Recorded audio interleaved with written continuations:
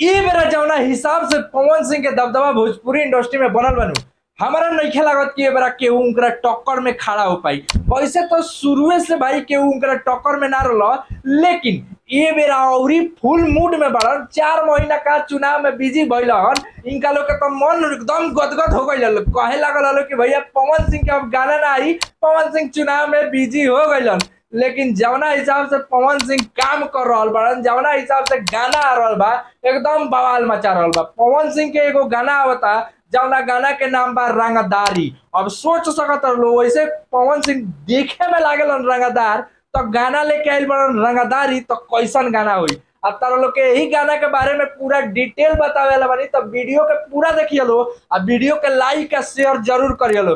चलो लो वीडियो के शुरुआत कर जाओ, और सबसे पहले जानल जाओ गाना के बारे में। तो गाना के नाम है रंगदारी, आ गोइले बड़न पवन सिंह आ खुशी काकर। खुशी काकर पवन सिंह के साथ है, आ वो फिल्म में ह। तारा लोग के बता दी कि जौन गाना बा उ पावर स्टार फिल्म के गाना है, ठीक बा।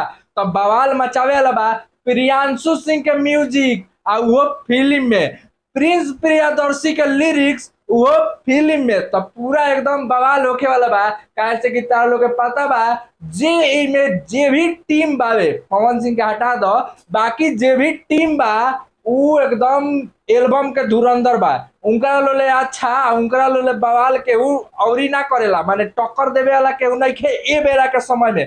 चाहे वो प्रियांशु सिंह के म्यूजिक हो, चाहे वो प्रिंस प्रियदर्शी के लिरिक्स हो गए, चाहे वो खुशी काकर के गायकी हो गए। तारा लोग के पता बा खुशी काकर अपन लोहा मनवैले बड़ी भोजपुरी में, और जेंगा पावर स्टार के साथ केगा गइले हुई, देखे वाला बात बा। तो ई गाना जल्दी तारा लोग के देखे के मिली, पावर स्टार फिल्म में तो देखे के मिली, लेकिन रिलीज होता कहवा, यूट्यूब पर टाइम्स भोजपुरी आ एगो और चैनल बा, दोनों के टाई अप करके वहीं पे जो है रिलीज होके वाला बा, ठीक बा।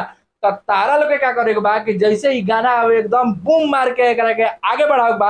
आ एगो बात बता दी, हम पवन सिंह रंगदारी वाला गाना गइले बढ़ाओ, तो सोच सकत रहो एगो हऊ बंदूक देनी भाड़ा पर हथियार देवे नी, माने एथी के अब माने हम का कहिए छोड़ लो, ठीक बा। ई जोन रंगदारी वाला गाना बा ई देखे वाला होई, क्या से छोटी शिकारी के लिखल रहे, आ ई लिखल बा प्रिंस प्रियदर्शी के, आ साथ में खुशी काकर कैसन गइले बड़ी, इहो एगो देखे वाला बात बा। प्रियांशु सिंह के म्यूजिक बा।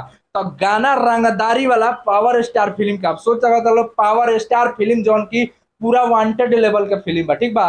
वांटेड पवन सिंह में वांटेड बड़न, ठीक बा। तो वांटेड लेवल के फिल्म बा, आ वो फिल्म के गाना आवता तो एकदम पूरा बवाल मचावे वाला बा। पोस्टर देख के तारा लोग के लागत हुई कि कितना धमाल आ कमाल जौन बा कि गाना कइल गइल हुई। आ वैसे भी पवन सिंह के एगो पावर स्टार के गाना दाते ओढ़नी दबा के एकदम पूरा बवाल मचैले बा, पूरा छैले बा। आ असली फिल्म के गाना का होला इहे देखैले बा।